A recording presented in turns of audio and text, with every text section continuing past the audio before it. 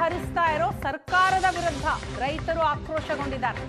ಮೈಸೂರು ಮಂಡ್ಯದ ರೈತರ ಬೆಳೆಗೆ ನೀರು ಹರಿಸಲು ರೈತರು ಈಗ ಆಗ್ರಹಿಸ್ತಾ ಇದ್ದಾರೆ. ಮೈಸೂರಿನ ಜಲಸಂಪನ್ಮೂಲ ಇಲಾಖೆ ಕಚೇರಿ ಮುತ್ತಿಗೆಗೆ ರೈತರು ಪ್ರಯತ್ನ ಪಟ್ಟರು.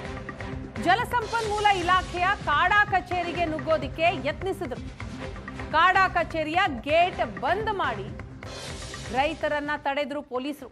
ಕಬಿನಿ, ಕಾವೇರಿ ಅಣೆಕಟ್ಟು ಪ್ರದೇಶಗಳ ರೈತರಿಗೆ ನೀರು ಬಿಡಬೇಕು ಅಂತ ಈ ಸಂದರ್ಭದಲ್ಲಿ ಆಗ್ರಹಿಸಿದರು.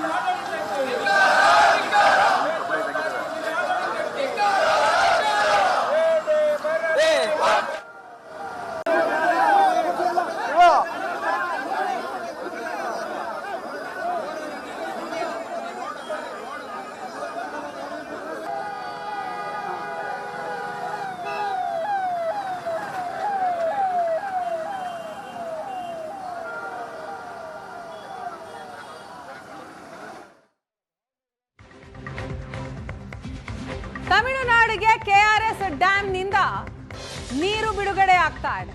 ಮಂಡ್ಯ ರೈತರ ಪರ ಕರವೇ ಪ್ರತಿಭಟನೆಗೆ ಇಳಿದಿದೆ.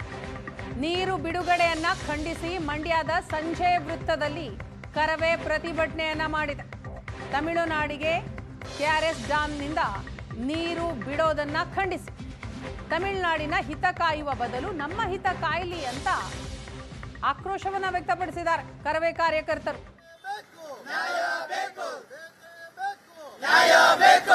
ತಮಿಳುನಾಡಿಗೆ ರಾತ್ರೋರಾತ್ರಿ ನೀರು ಬಿಟ್ಟ ರಾಜ್ಯ ಸರ್ಕಾರಕ್ಕೆ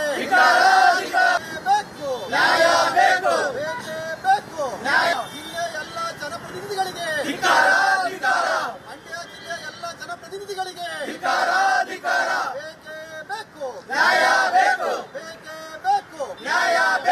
ರಾತ್ರೋರಾತ್ರಿ ತಮಿಳುನಾಡಿಗೆ ನೀರು ಹರಿಸಿದ ಅಲ್ಲಿ ಅವ್ರು ಕೇಳ್ತಾ ಇರೋದು ಬೆಳೆಗಳ ನೀರು ಕೇಳ್ತಾ ಇದ್ದಾರೆ.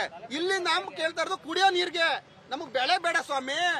ನಮ್ಮ ಕನ್ನಡಿಗರಿಗೆ ಏನು 4 ಇಂದ 5 ಜಿಲ್ಲೆಗೆ ನೀರು ಕುಡಿಯಕ್ ನೀರು ಬೇಕು. ಆ ಜಿಲ್ಲೆ ಜನಕ್ಕೆ ಕುಡಿಯೋ ನೀರು ಕೇಳ್ತಾ ಇದೀವಿ.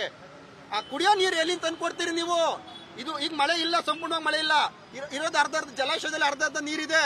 ಎಷ್ಟು TMC ನೀರು ಕುಡಿಯಕ್ ಬೇಕು, ಬೆಳೆಗಳಿಗೆ ಎಷ್ಟು ಬೇಕು, ಇಲ್ಲಿ ಜಿಲ್ಲೆ ಜನಕರುಗಳಿಗೆ ಎಷ್ಟು ನೀರು ಬೇಕು ಅನ್ನೋದು ವಾಸ್ತವಾಂಶ ನೀವು ಏನಾರ ಮನ್ಕೊಂಡಿದ್ದೀರಾ? ನಿಮ್ಮ ರಾಜಕೀಯ, ನಿಮ್ಮ ಪ್ರತಿಷ್ಠೆಗೆ ಪ್ರತಿದಿನ ರಾಜ್ಯದಂತ ಹೋರಾಟಗಳು ಮಾಡ್ತಾ ಇದ್ದೀರಿ 3 ಪಕ್ಷದವರುವೆ. ಮಂಡ್ಯ ಜಿಲ್ಲೆ ರೈತರ ಬಗ್ಗೆ ಯಾಕೆ ನೀವು ಇದುವರೆಗೆ ಧ್ವನಿ ಎತ್ತಿಲ್ಲ 3 ಪಕ್ಷದವರು? ಹಾಗಾಗಿ ಎಲ್ಲ ಎಚ್ಚೆತ್ಕೋಬೇಕು. ಏನಾದ್ರು ತಮಿಳುನಾಡಿಗೆ ಮಾನ್ಯ ಮುಖ್ಯಮಂತ್ರಿಗಳೇ, ನೀವು ಸಂಕಷ್ಟ ಏನು ಬಂಗಾರಪ್ಪ ತರ ಸಂಕಷ್ಟ ಸೂತ್ರವನ್ನ ಜಾರಿಗೊಳಿಸಬೇಕು, ಸುಗ್ರೀವಾಜ್ಞೆ ಜಾರಿಗೆ ತರಬೇಕು. ಒಂದು ತೊಟ್ಟು ನೀರು ಹರಿಸಬಾರ್ದು. ತೀರ್ಪು ಯಾವಾಗ್ಲೂ ತಮಿಳುನಾಡು ಪರನೇ ಬರ್ತಾ ಇದೆ. ನಮ್ಮ ಪರವಾಗಿ ಯಾಕೆ ಬರ್ತಾ ಇಲ್ಲ? ನಮ್ಮ ಲಾಯರ್ಗಳೇನು ವಾದ ಮಾಡ್ತಾ ಇಲ್ವಾ ಅನ್ನೋಂಥದ್ದು ನಮ್ಮ ಪ್ರಶ್ನೆ. ಮತ್ತೆ ಜಲನೀತಿ ಅಂತ ಹೇಳ್ತಾರೆ, ನಮ್ಗೆ ನದಿ ಜೋಡಣೆ ಮಾಡ್ತೀವಿ ಅಂತ ಅನ್ನೋದನ್ನ ಬರೀ ಪತ್ರಿಕೆಗಳಲ್ಲಿ, ಮೀಡಿಯಾದಲ್ಲಿ ಮಾತ್ರ ಕೇಳ್ತಾ ಇದೀವಿ ನಾವು. ನದಿ ಜೋಡಣೆ ಮಾಡಕ್ಕೆ ಕೇಂದ್ರ ಸರ್ಕಾರಕ್ಕೆ ಆಗಲ್ವಾ ಅಥವಾ ಆಗುತ್ತಾ? ಅದನ್ನ ಕರೆಕ್ಟ್ ಆಗಿ ಹೇಳ್ಬೇಕು.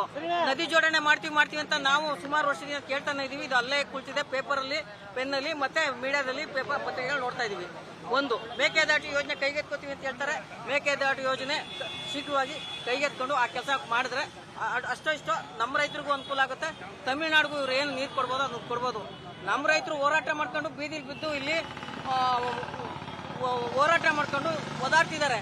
ಅಲ್ಲಿ ಆರಾಮಾಗಿ ತಮಿಳುನಾಡವರು ವ್ಯವಸಾಯ ಮಾಡ್ಕೊಂಡು ನೆಮ್ಮದಿಯಾಗಿ ಜೀವನ ಸಾಗಿಸ್ತಾ ಇದ್ದಾರೆ. ನಾವು ಇಲ್ಲಿ ಹೋರಾಟ ಮಾಡಿದ್ರೆ ನಮ್ದು ಕಥೆಯಾಗಿದೆ. ದಯವಿಟ್ಟು ಇದಕ್ಕೆಲ್ಲ ಒಂದು ಏನು ತಾರ್ಕಿಕವಾದ ಅಂತ್ಯ ಆಗ್ಬೇಕು. ಕೆಲವೇ ಕ್ಷಣಗಳಲ್ಲಿ ದೆಹಲಿಯಲ್ಲಿ ಕಾವೇರಿ ನೀರು ನಿಯಂತ್ರಣ ಸಮಿತಿ ಸಭೆ ಇದೆ. ಕಳೆದ ಬಾರಿ ತಮಿಳುನಾಡಿಗೆ 12,000 ಕ್ಯೂಸೆಕ್ ನೀರು ಬಿಡೋದಕ್ಕೆ ಶಿಫಾರಸು ಮಾಡಲಾಗಿದೆ. ಈಗ ಮತ್ತೆ ನೀರು ಬೇಕು ಅಂತ ತಮಿಳುನಾಡು ವಾದ ಮಾಡ್ತಾ ಇದೆ. ಆದರೆ ರಾಜ್ಯದಲ್ಲಿ ನೀರಿಲ್ಲ. ಕರ್ನಾಟಕದ ವಾದ. CWRC ಶಿಫಾರಸು ಮತ್ತು CWMA ಆದೇಶದಂತೆ ತಮಿಳುನಾಡಿಗೆ ಈಗಾಗಲೇ 15 TMC ನೀರು ಹರಿದಿದೆ. ಆಗಸ್ಟ್ 11ಕ್ಕೆ ನೀರು ಬಿಡಬೇಕು ಅಂತ ಕಾವೇರಿ ನೀರು ಪ್ರಾಧಿಕಾರ ಆದೇಶವನ್ನ ನೀಡಿದೆ. ಪ್ರಾಧಿಕಾರದ ಆದೇಶ ಪಾಲನೆ ಮಾಡಬೇಕು ಅಂತ ಸುಪ್ರೀಂ ಕೋರ್ಟ್ ಕೂಡ ಆದೇಶವನ್ನ ಕೊಟ್ಟಿದೆ. ಇವತ್ತು ದೆಹಲಿಯಲ್ಲಿ ಕಾವೇರಿ ನೀರು ನಿಯಂತ್ರಣ ಸಮಿತಿ ಸಭೆ ಇದೆ. ಈ ಸಭೆಯತ್ತ ಎಲ್ಲರ ಚಿತ್ತ ನೆಟ್ಟಿರುವಂಥದ್ದು. ಕಳೆದ ಬಾರಿ ಗಮನಿಸಿದ್ವಿ, ತಮಿಳುನಾಡಿಗೆ 12,000 ಕ್ಯೂಸೆಕ್ ನೀರು ಬಿಡಬೇಕು ಅಂತ ಶಿಫಾರಸ್ಸಾಗಿತ್ತು.